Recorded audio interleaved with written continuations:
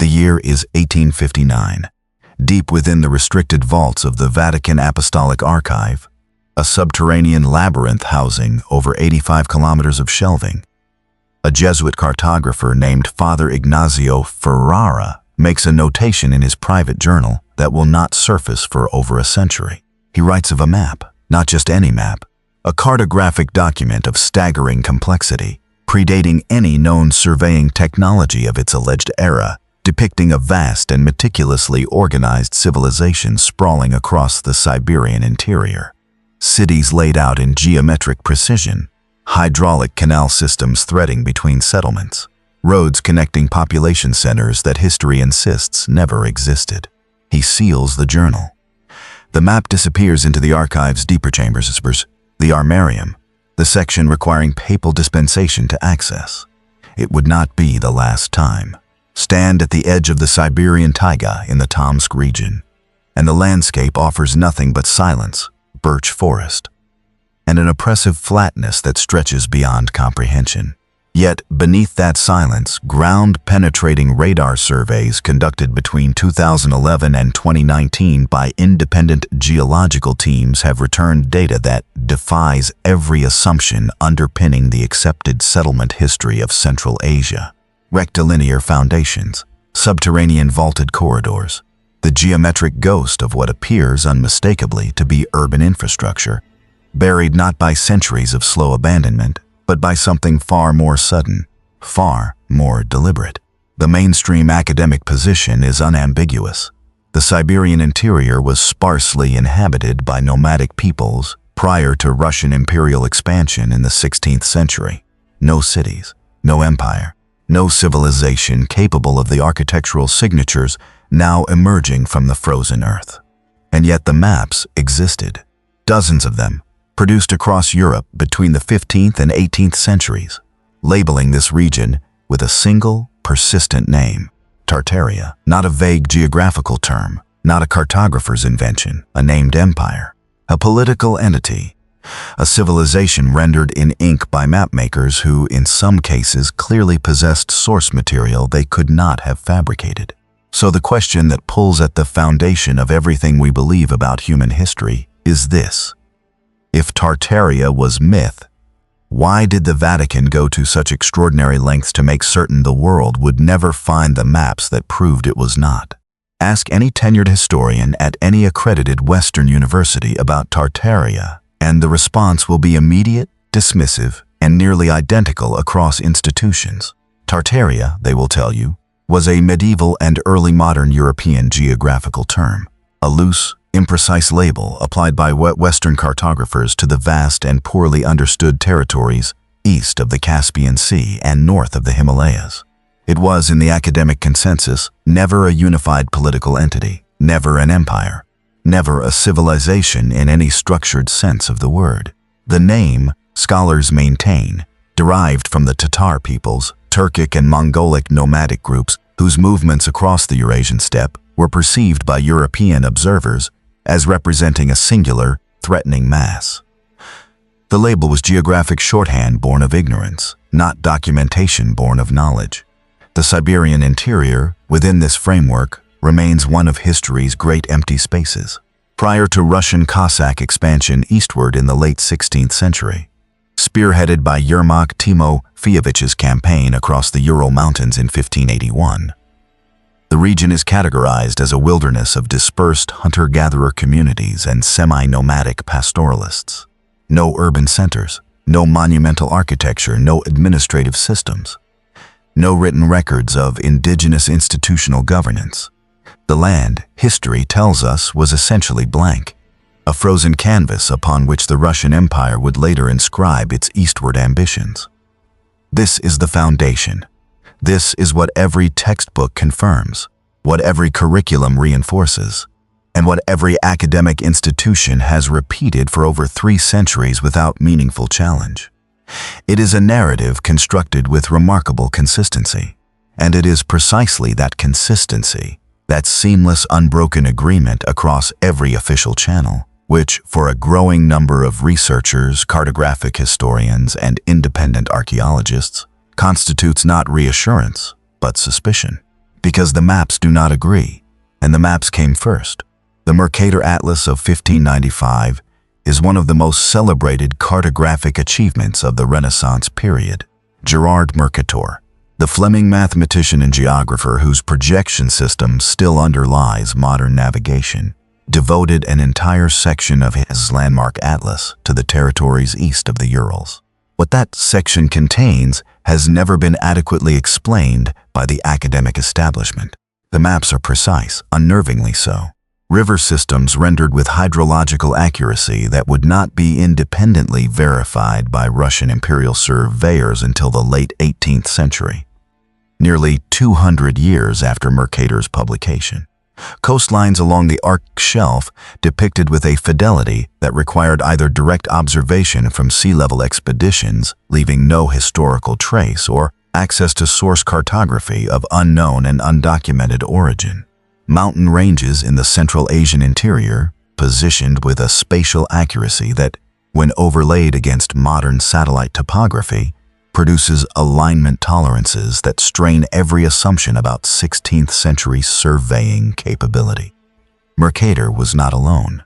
Guillaume Delisle's 1706 map of Tartaria, housed today in the Bibliothèque Nationale de France, depicts road networks and settlement clusters across the West Siberian plain, not as vague annotations, but as measured, spaced and named population centers connected by what the map's own legend identifies as established routes of transit.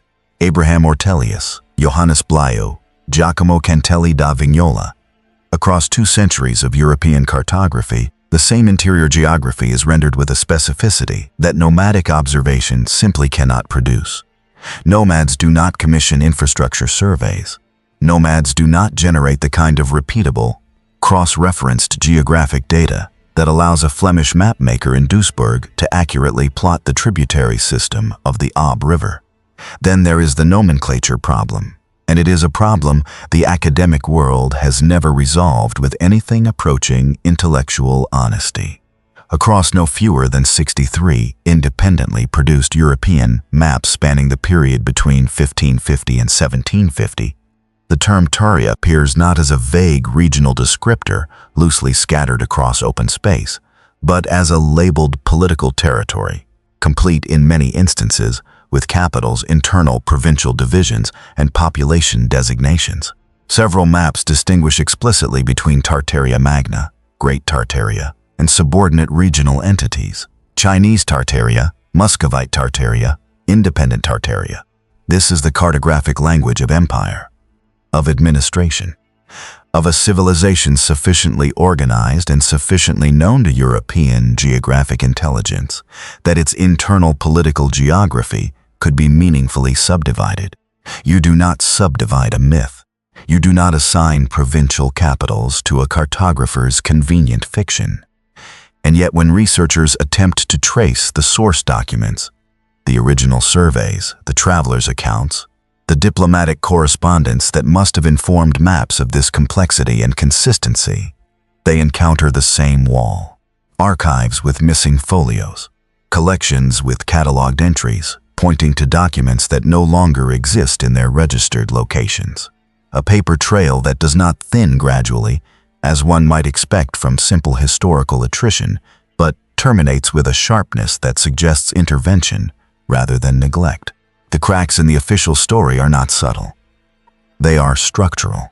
Set aside, for a moment, every assumption that formal education has embedded regarding the trajectory of human civilization. Set aside the linear model, primitive to agricultural to classical to medieval to modern, that Western historiography has treated as axiomatic for 3 centuries, and consider, with the rigor the evidence demands, an alternative architecture of the human past. What the cartographic record suggests, when read not as a collection of geographic curiosities, but as a coherent body of intelligence documentation, is the existence of a civilization occupying the Eurasian interior on a scale, and with a degree of organizational sophistication that renders the accepted timeline of human development not merely incomplete, but functionally fictitious. Tartaria, within this framework, was not a label, it was a description. a civilization stretching from the Ural Mountains eastward across the full breadth of Siberia, southward into Central Asia, and, if the most expansive cartographic interpretations are taken seriously, extending tendrils of cultural and architectural influence into territories as distant as North America and the northern reaches of the Indian subcontinent. Not an empire in the Roman or Mongol sense, built on military conquest and extractive administration, but something structurally different. A civilization organized around what researchers have begun describing, cautiously, as a mud flood culture. A society whose architectural language expressed itself in elaborate, multi-story structures, whose ground floors now lie beneath accumulated sediment layers inconsistent with normal geological deposition rates. The mud flood hypothesis, controversial, contested, and deliberately marginalized, proposes that a catastrophic telluric or atmospheric event occurring somewhere between the late 17th and early 19th centuries buried the lower levels of an existing global architectural civilization beneath meters of displaced earth and debris. What survived above the sediment line was reoccupied, repurposed, and eventually reattributed to later builders by the historians of the emerging modern order. What lay below was ignored, sealed, or quietly excavated and removed before the general population could contextualize what they were witnessing. This is not speculation without physical anchor. Across Siberian construction projects throughout the 19th and 20th centuries, railway excavations, urban foundation work in cities including Tomsk, Omsk, and Novosibirsk, workers repeatedly encountered dressed stonework, vaulted archways, and ceramic infrastructure at depths inconsistent with any known period of regional habitation. Soviet-era geological surveys, several of which have been partially declassified following the USSR's dissolution, logged anomalous subsurface structures in the West Siberian basin without providing explanatory frameworks. Because no approved explanatory framework existed within which such findings could be officially accommodated. The Tartarian civilization this theory proposes was not primitive, it was not nomadic, it was not a cartographic convenience. It was the world that existed before the world we were taught to remember. Technically capable, geographically vast, and possessed of an energy and architectural technology that the civilization which replaced it could neither replicate nor afford to acknowledge. And someone, at some point, made a deliberate and systematic decision to ensure it would be forgotten. The evidence does not exist in a single dramatic discovery.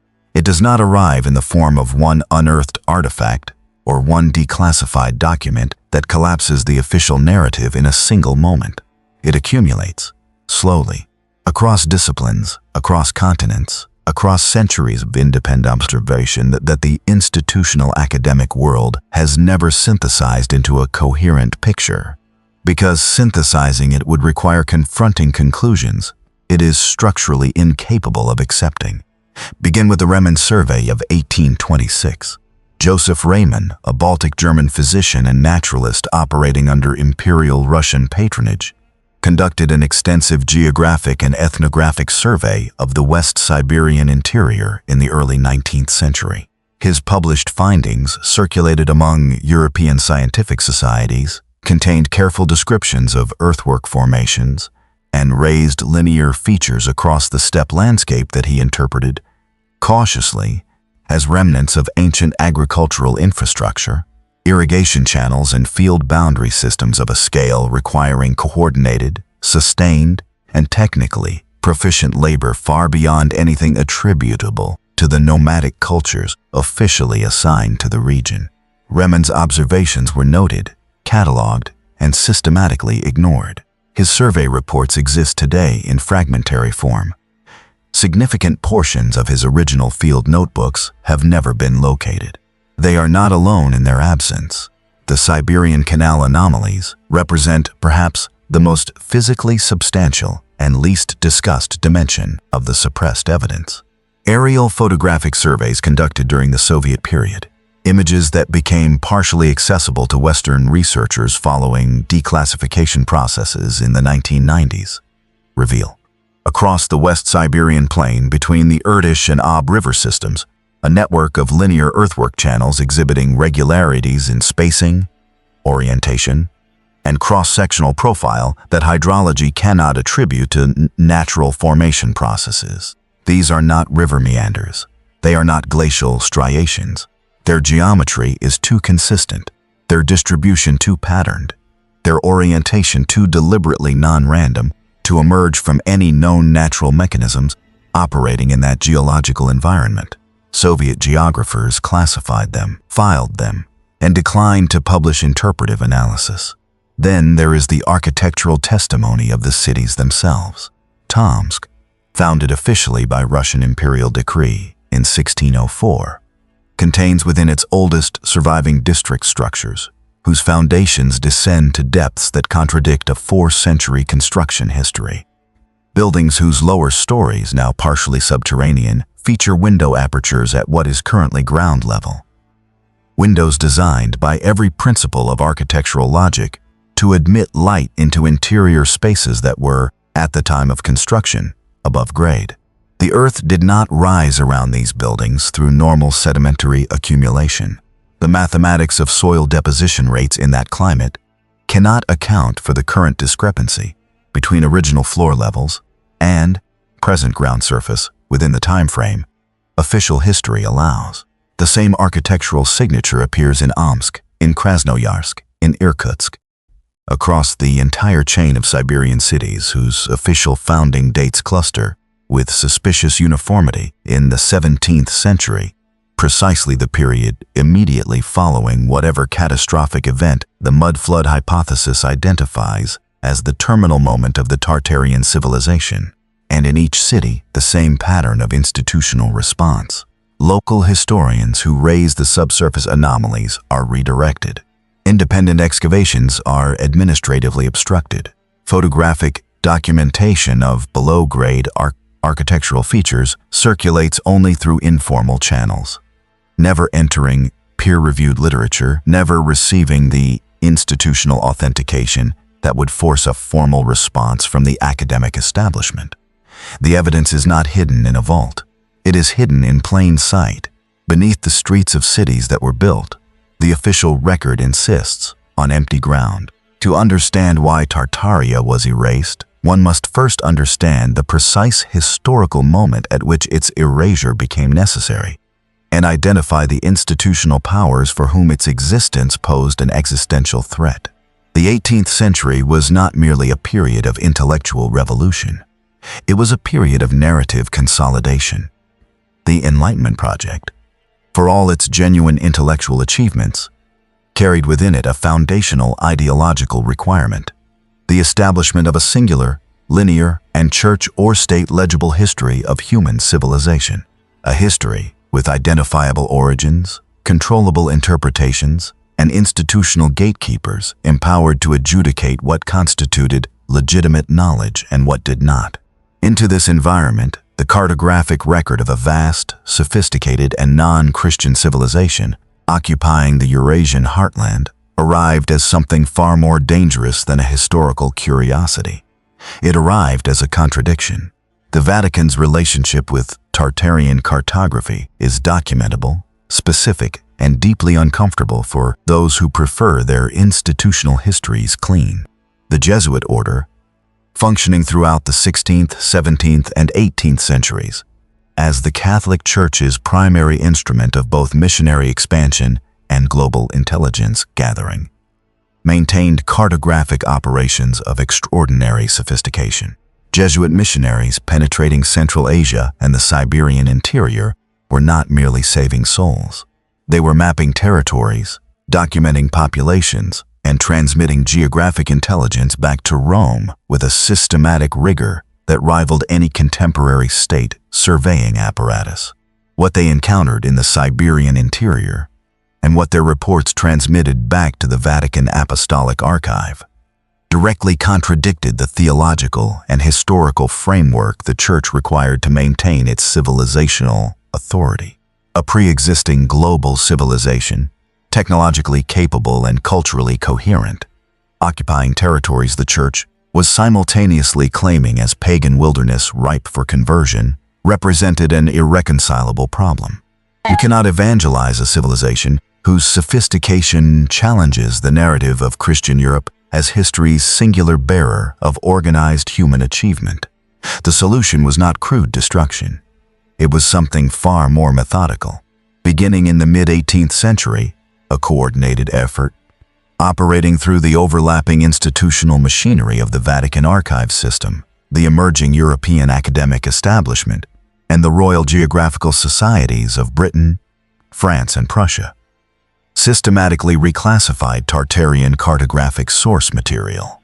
Maps were recatalogued as allegorical or speculative. Traveler accounts referencing Tartarian urban infrastructure were annotated as exaggeration or misidentification.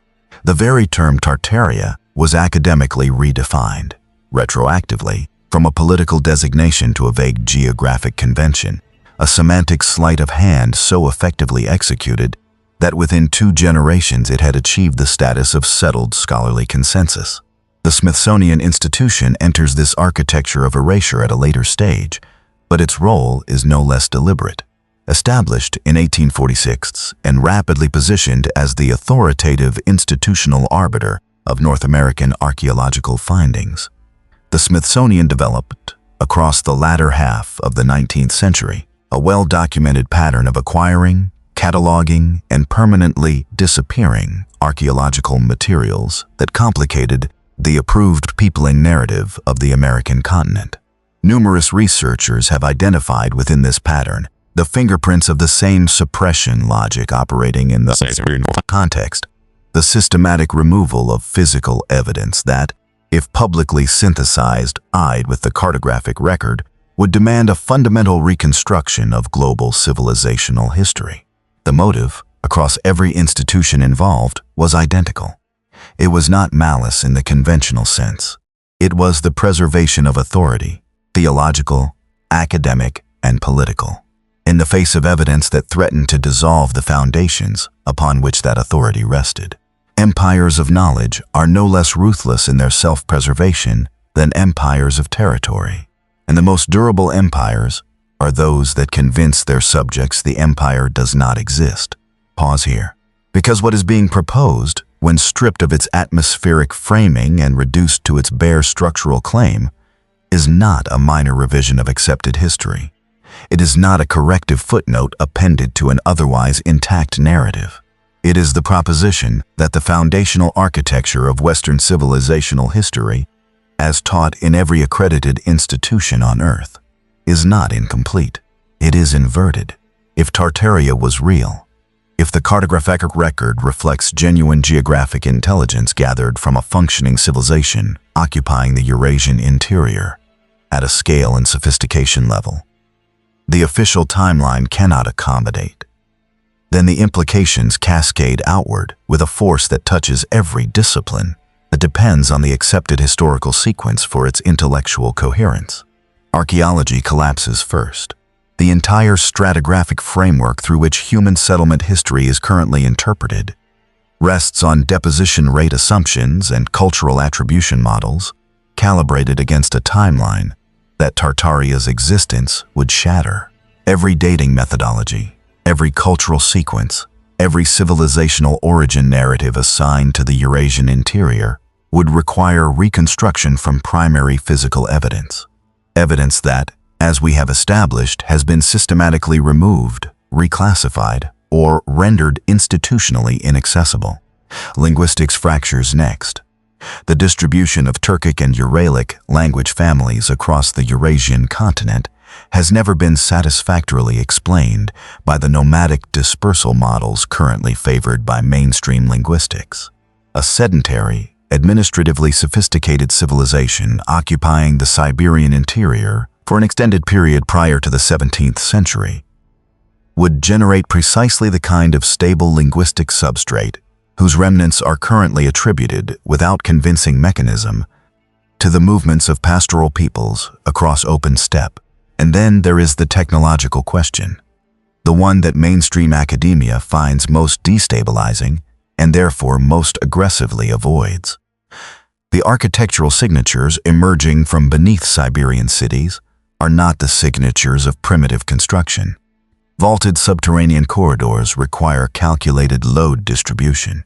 Dressed stonework at depth requires quarrying, transport, and placement logistics that presuppose organizational systems, supply chains, labor coordination, engineering knowledge, of a complexity that the official narrative of pre-contact Siberian habitation cannot begin to support.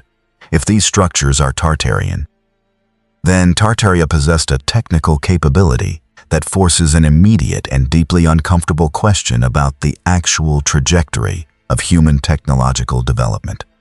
The possibility that human civilization did not progress linearly from primitive to sophisticated, but instead reached an earlier peak, was catastrophically interrupted, and was subsequently rebuilt by successor cultures who inherited only fragments of what had existed, is no longer the exclusive territory of fringe speculation.